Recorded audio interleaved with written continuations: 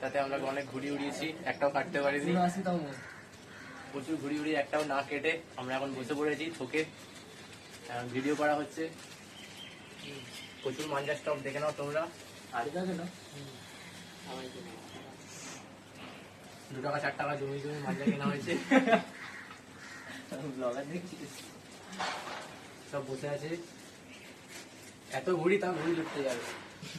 আবার ছোটখাটো প্লেয়ার বসে আছে, বড় প্লেয়ার।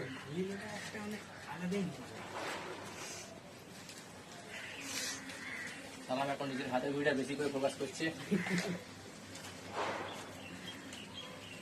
এটা কি, এই কমেন্টে এটা বলতে হবে, এটা কি ঘুড়ি, এর ডিজাইনের নাম কি? কমেন্ট করো বন্ধুরা, কমেন্ট।